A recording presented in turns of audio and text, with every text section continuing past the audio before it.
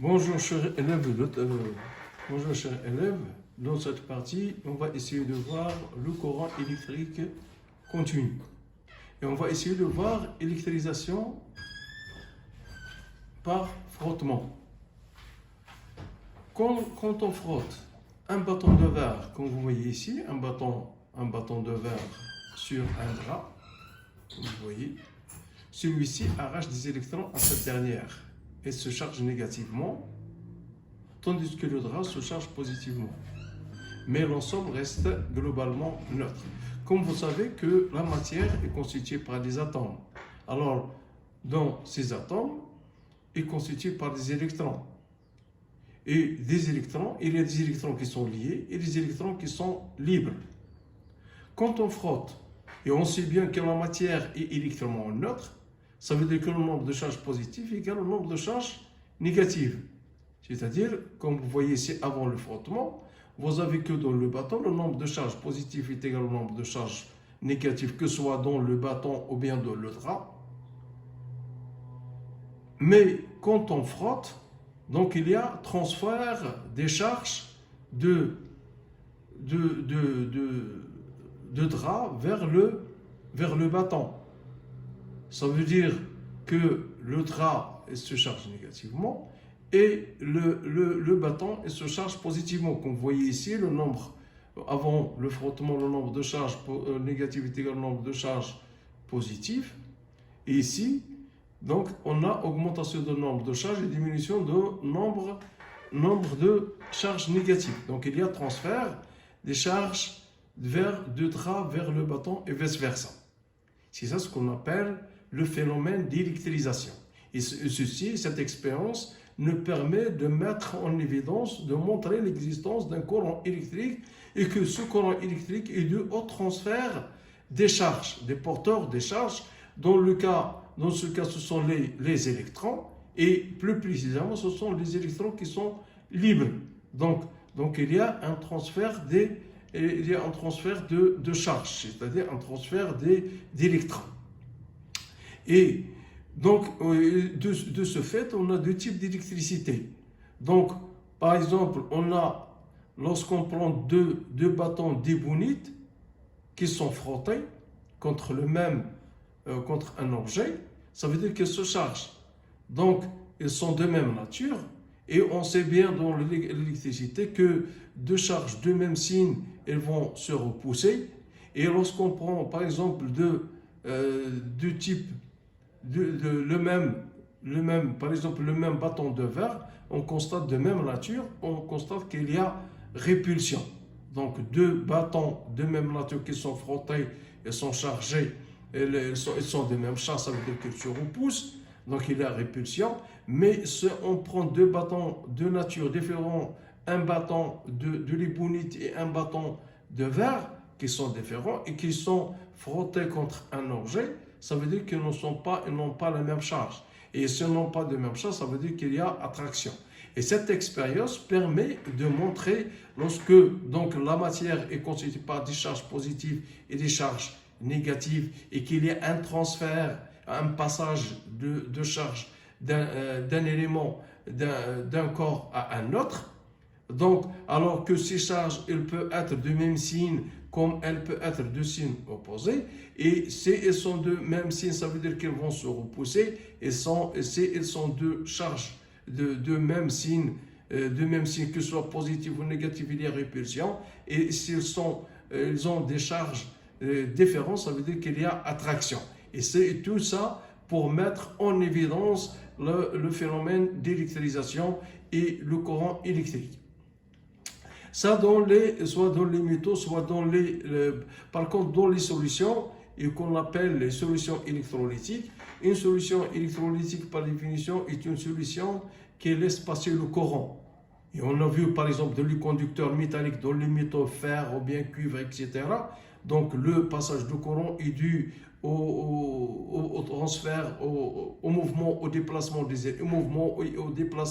des électrons. Mais dans les solutions, comme vous voyez ici, c'est un déplacement des ions. C'est un déplacement des ions. Un déplacement des ions. Les anions qui se déplacent vers le pôle positif et les cations qui se déplacent vers la borne négative.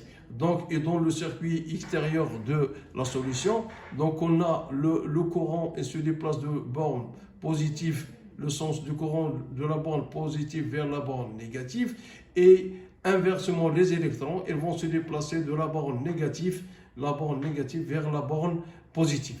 Donc un courant électrique est un déplacement de porteurs. Alors ces porteurs de charge, elles peuvent être soit des électrons dans le cas des métaux, ou bien des ions dans le cas des solutions électrolytiques, c'est-à-dire des anions et des cations.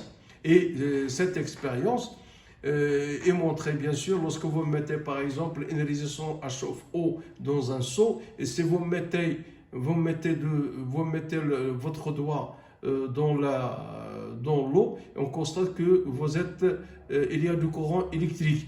Donc le courant électrique est assuré par les ions dans les solutions, mais dans le cas des métaux ou bien des conducteurs, il est assuré par le déplacement des électrons, donc un transfert des électrons. Donc un courant électrique est un déplacement de porteurs.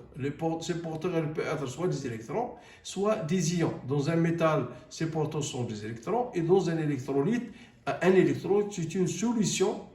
Lorsqu'on dit une solution, elle peut être un liquide qui conduit le courant électrique, elle peut être des ions. Et lorsqu'on parle des ions, ça veut dire que vous avez des cations ou bien des anions.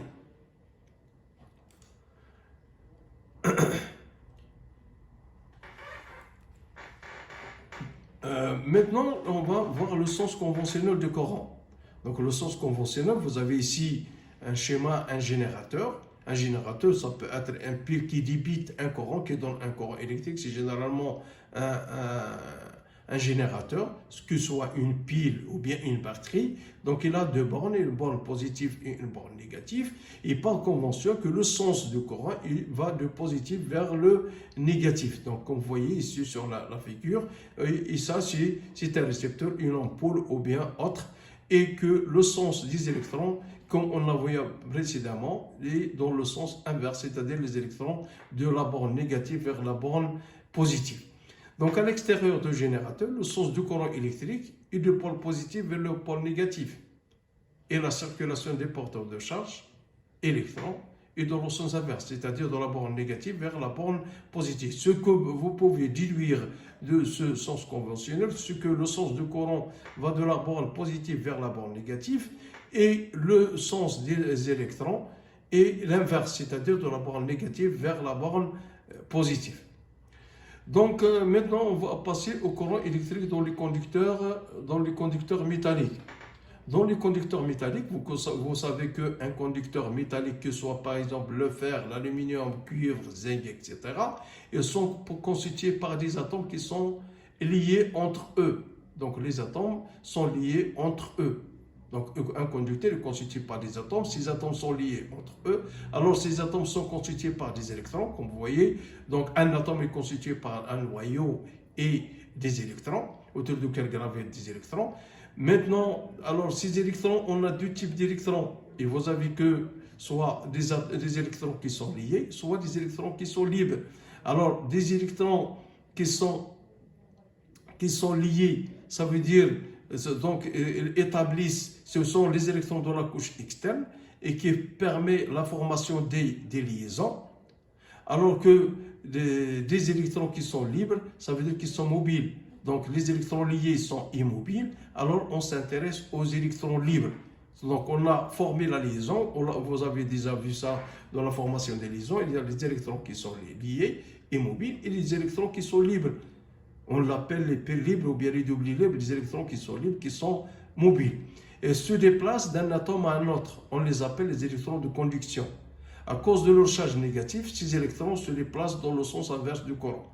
Donc l'atome est constitué par deux types d'électrons, les électrons liés qui sont immobiles et les électrons libres qui sont mobiles. Et on a vu qu'un courant électrique, un courant électrique est dû à un déplacement des électrons.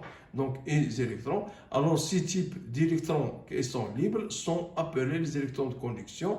Et à cause de leur charge négative, ces électrons se déplacent dans le sens inverse du courant. Parce que, pourquoi? C'est pour expliquer le sens. On a dit que le sens conventionnel du courant de positif vers le négatif. Et par contre, dans le cas des électrons, puisqu'ils ont charge négative, donc ça veut dire c'est pour cette raison, ils se déplacent dans le sens inverse du fait qu'ils ont une charge négative. Donc le déplacement de ces électrons, il va de négatif vers le positif, c'est-à-dire le sens inverse du courant électrique. Vous voyez, et c'est un schéma d'un conducteur métallique. C'est un fil de cuivre, il est constitué par des atomes. Alors, ces atomes sont constitués par un noyau autour duquel gravitent les électrons. Alors, l'atome est constitué par des protons, neutrons et les électrons. C'est ça l'atome. Et les électrons, on a dit que dans ces électrons, on a deux types d'électrons. Vous avez des électrons qui sont libres et vous avez des électrons qui sont liés. Donc, alors, les électrons libres, ça veut dire qu'ils se déplacent. Si ils se déplacent, ça veut dire que c'est eux la cause de ce déplacement qui va générer ou bien qui va donner un courant électrique. Et merci de votre attention.